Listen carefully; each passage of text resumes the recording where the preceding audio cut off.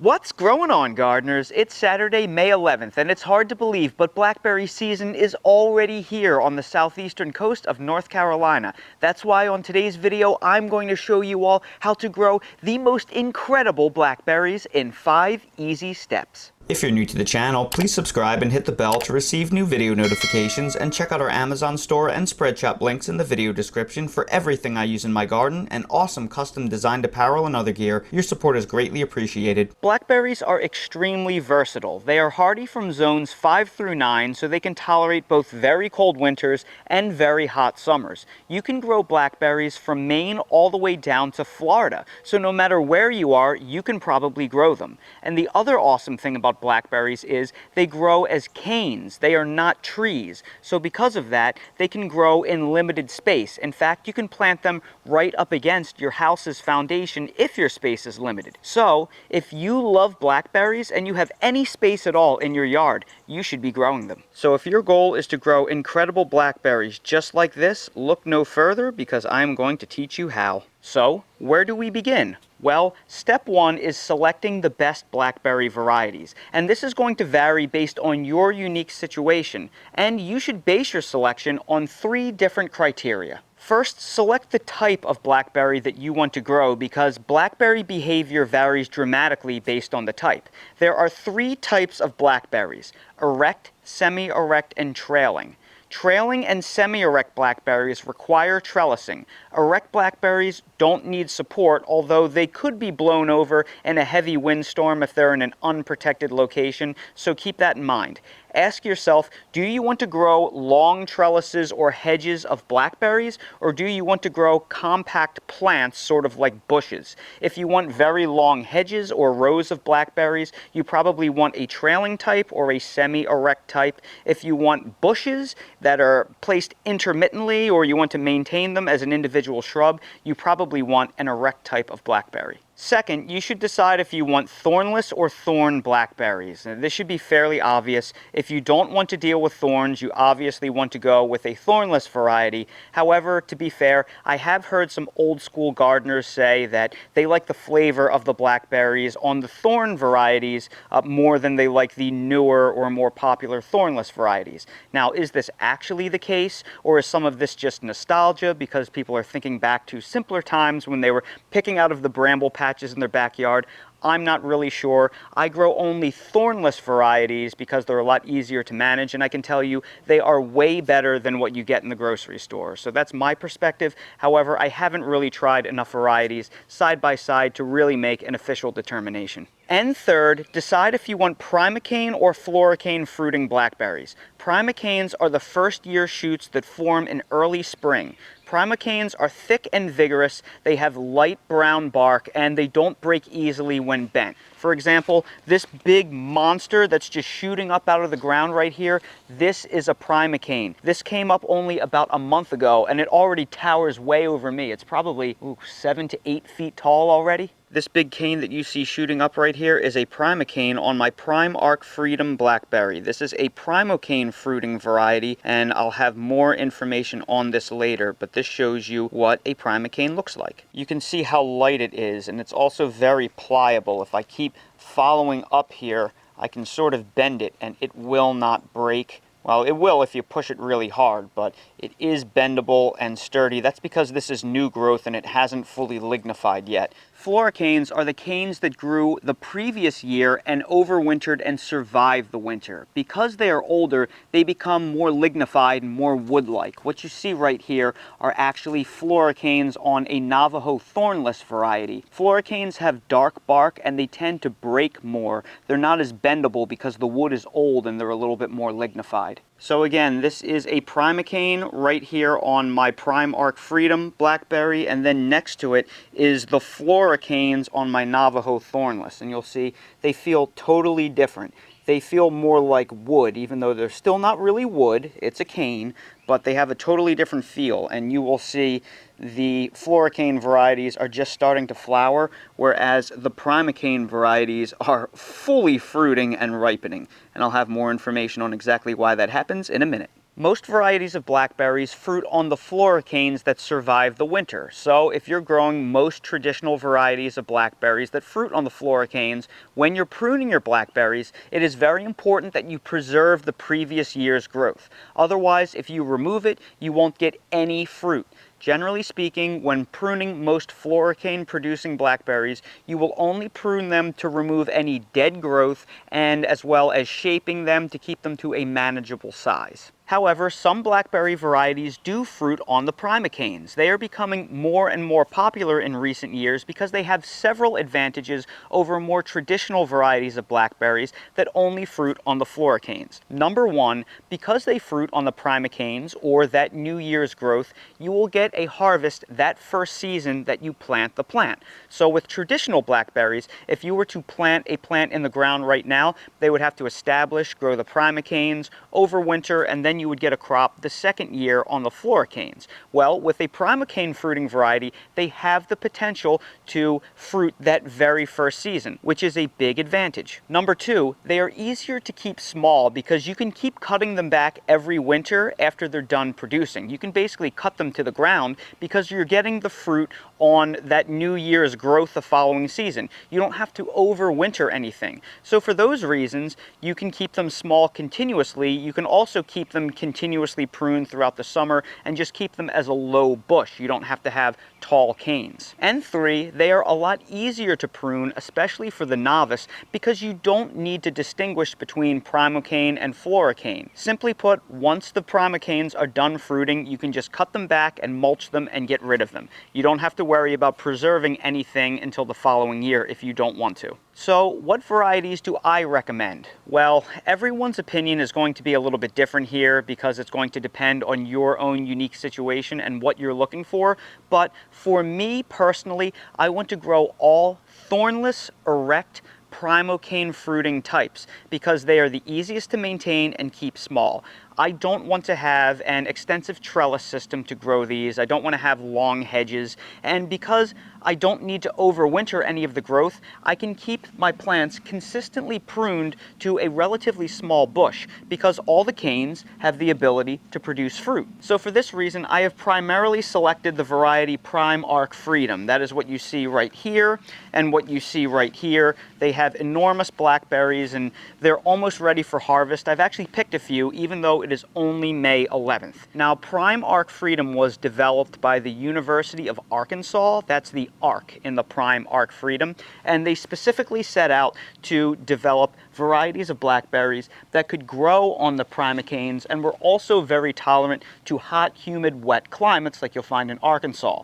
That is what I have here on the southeastern coast of North Carolina, and they have performed absolutely magnificently. Now, Prime Arc Freedom was the first of the thornless varieties that they released, so I was a very early adopter. I do believe that they have released a number of other varieties that are similar. They may even be superior. I'm not exactly sure. However, I would strongly recommend this Prime Arc Freedom type right here. They have absolutely delicious fruits, and the berries are absolutely enormous, and they have performed brilliantly in my hot, humid climate. But what I really love about these Primocane fruiting varieties is how early they are. We have a very rough thunderstorm season here, and the heat, humidity, and rainfall is just terrible for both pest and disease problems. Because I grow these Primocane fruiting varieties and they fruit so early, they allow me to harvest a crop now in May before we have significant problems with rainfall and insects. Basically, I can beat the insect and rainfall season. If I grew traditional varieties of blackberries that ripen closer to the fall, I would be fighting insects and disease and probably lose most of my crop because of the climate here.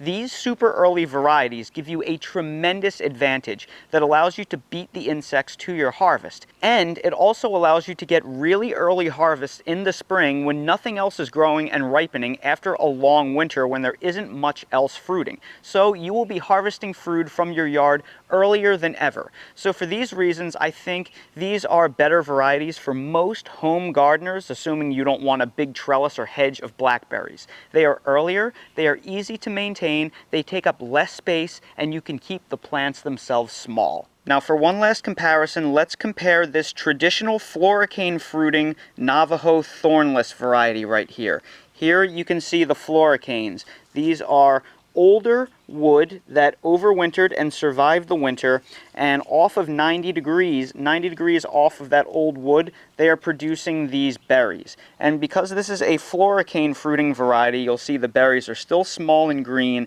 We are not going to be able to pick these until probably the middle of the summer, which has been a problem for me because by the time these berries are ready for picking, I'm dealing with a lot of heat, humidity, and insects. Next to it, we will compare the Prime Arc Freedom. And again, this is super early because it fruits on the Primocanes. I don't have to wait for the Floricanes to wake up. So that is why I'm getting these enormous berries that are already loaded up. So you get a really early harvest off of these Primocane fruiting varieties, which has been an advantage for me. And if I go further down the line, I love the Primark Freedom so much that I planted a second one. And you'll see this one may be even more impressive. I think it's because it's put less of its energy into vigor, so it is just spending all of its energy ripening fruit.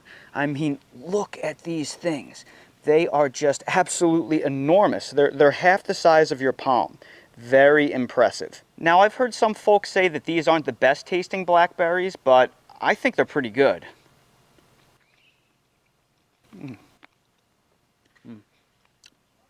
Because they're so large, the seeds have more crunch than a lot of different varieties, but they're absolutely delicious, sweet and juicy. So now that I showed you the difference between these types of blackberries, and hopefully you have a better idea of what type of blackberry you want to grow, I now want to show you how you can maintain them and maximize the production year-round. Now that you have hopefully selected what type of blackberry you want to grow, step 2 is selecting a proper planting location. Now, anytime you buy a blackberry, the tag on it is going to say full sun, but be aware that full sun in New Jersey or in Michigan is totally different than full sun in Texas, Southern California, Florida, or even down here on the southeastern coast of North Carolina. Now, I live in Zone 8B, and we have incredible heat and humidity and rainfall and a very intense UV come the middle of summer. And I planted these dead center in the rear of my property where they get 10 or more uninterrupted hours of blinding sunlight throughout the summer. And I have to say, this variety, specifically the Primark Freedom variety, has done really well getting beaten down in the sun where many of my other crops have failed. So I will say that these do tend to handle full sun better than most crops. However, I'm pretty convinced that blackberries would also benefit from some afternoon shade, specifically if you live in a really hot climate with strong sun. So you don't have to necessarily dedicate your sunniest spot in your entire yard to blackberries in most climates. So if you have a dappled light situation, or you have a situation that only gets morning sun, but afternoon it doesn't get any sun and it's in shade, consider planting your blackberries there, because they could use a little bit of heat protection. Now, if you live in a much higher latitude where you have colder winters and short summers and your UV index is not all that intense, you are going to do better planting in full sun because your sun's just not as strong, so you want more solar energy. However, I am very happy to report that it seems that blackberries have a little bit of flexibility. So they can grow in full sun, they can tolerate some afternoon shade. It really depends on where you live. And the hotter the climate you're in and the more intense the sun is, the less sun you really have to give them. At least that's my experience. But what is very important is that you give them well-draining soil. Because I planted them in the rear of my property where the grade kind of slopes down, I built a little berm here. I put some landscaping timbers in ground, and then I dumped numerous bags of topsoil and compost right here to build a little bit of a hill, because I wanted these blackberries to drain as much as possible. So don't plant them in soil that does not drain very well. If you have heavy clay, consider building a berm, sort of like you see right here. That way they will drain better and the water won't collect. Step 3 is properly fertilizing your blackberries. Now, if you've watched a lot of my tutorials in the past, you know that I am generally a big proponent of proper fertilizing. But I'm happy to say that when it comes to blackberries, I only fertilize them once a year, and that is in the spring. One time, and I get yields so heavy it is literally weighing the canes down. I mean, does it look like they are struggling for food? I don't think so. Now I'm going to tell you exactly what I feed them. I fertilize my blackberries one time a year in early spring, and all I use is an organic all-purpose granulated fertilizer, something like this Plant Tone. This is a 533 NPK, but anything around a 555 NPK will work just fine. If you want this exact fertilizer, I'll place a link for it down in the video description, but as long as you're using an organic all-purpose, roughly 555 NPK fertilizer, you will get good results. Now I will show you how to apply it. So all I do is this. I take a 1 cup measuring cup and then I fill it up with the granular all-purpose fertilizer, and I give half to one plant and half to another. So each plant gets half a cup, and I just sprinkle it in a ring around the roots. Again, half cup to one plant, half cup to another plant. And that is really all I do when it comes to feeding the plants. So you can see all of the fertilizer in a ring around this plant. Now normally I would tell you to scratch the fertilizer into the soil, but I'm not going to do that because we are going to bury it in compost and mulch later in this video. But before we do that, we need to follow step 4, which is to remove any weeds that are around the blackberries. A well-managed blackberry patch is a patch free of weeds. Remember, we are not growing fruit trees here that have very, very deep roots. We are growing canes. The roots are a lot more shallow, and the shallower rooted a plant is, the more competition they suffer from weeds. So if you have a lot of weeds in your blackberry patch, it can compete with those plants and actually slow them down. So while I have mostly done a good job at managing weeds in my blackberry patch, I'm starting to get some dollar weed creep up and into the bed. So I really want to rip all of that out because you can see how rhizomous, oh look, this is centipede grass as well from my lawn that's starting to creep and crawl in there.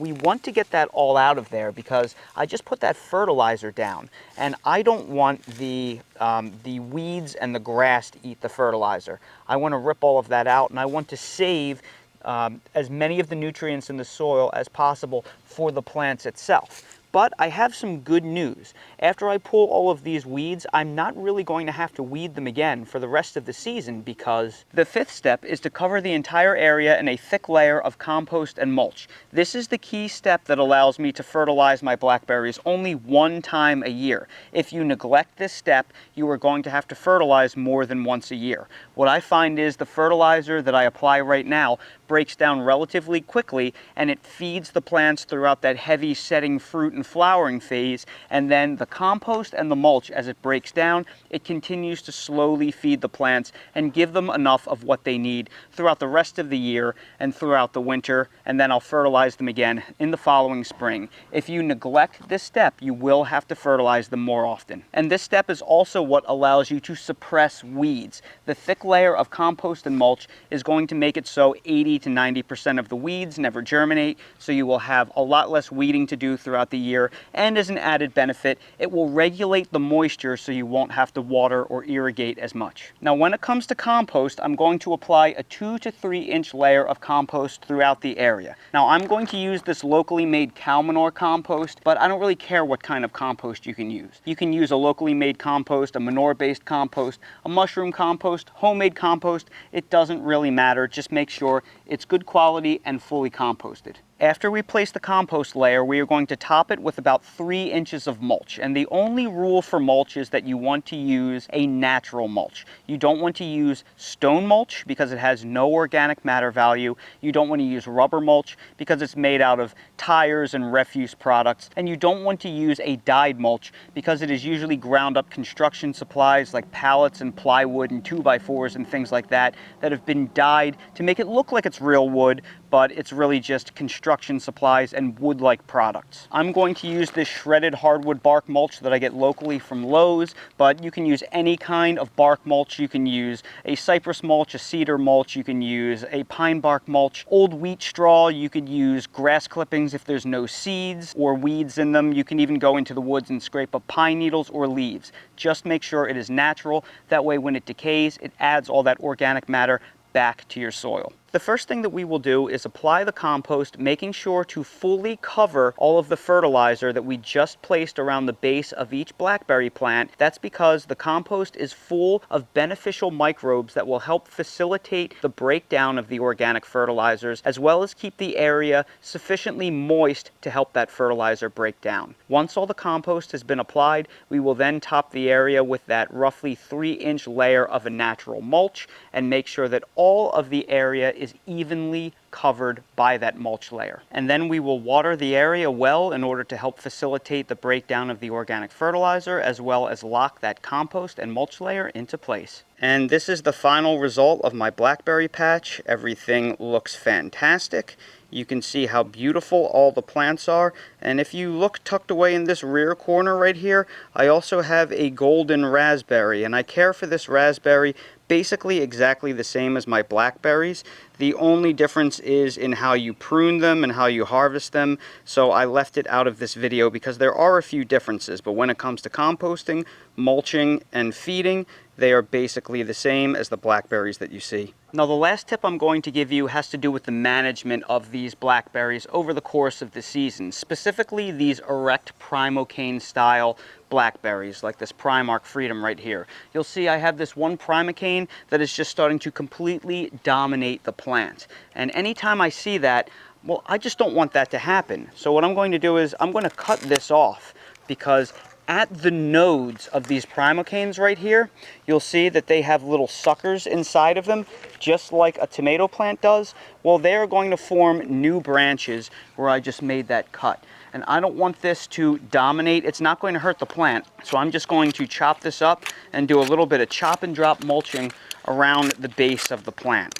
And if you look behind here, I'm starting to have another Primocane fruiting variety dominate the plant. So I'm going to top that because I just don't want that to happen. I want to keep these in relatively even symmetrical growth. No matter what kind of blackberry that you're growing, it's generally a good idea to keep the plants balanced. You don't want one side getting way larger than the other. So a lot of the skill when it comes to summer pruning is really just the management, keeping a general shape and symmetry to the plants and not letting them fall out of balance and have one individual cane just dominate the rest of the plant. And from here on out, we are basically just playing the waiting game and taking our harvests as they come. So we want to come outside and we want to check on our plants every day as the fruit is starting to ripen, because blackberries have a pretty narrow harvest window. They go from not ripe to overripe and they start to sour on you pretty soon. So make sure you check those plants.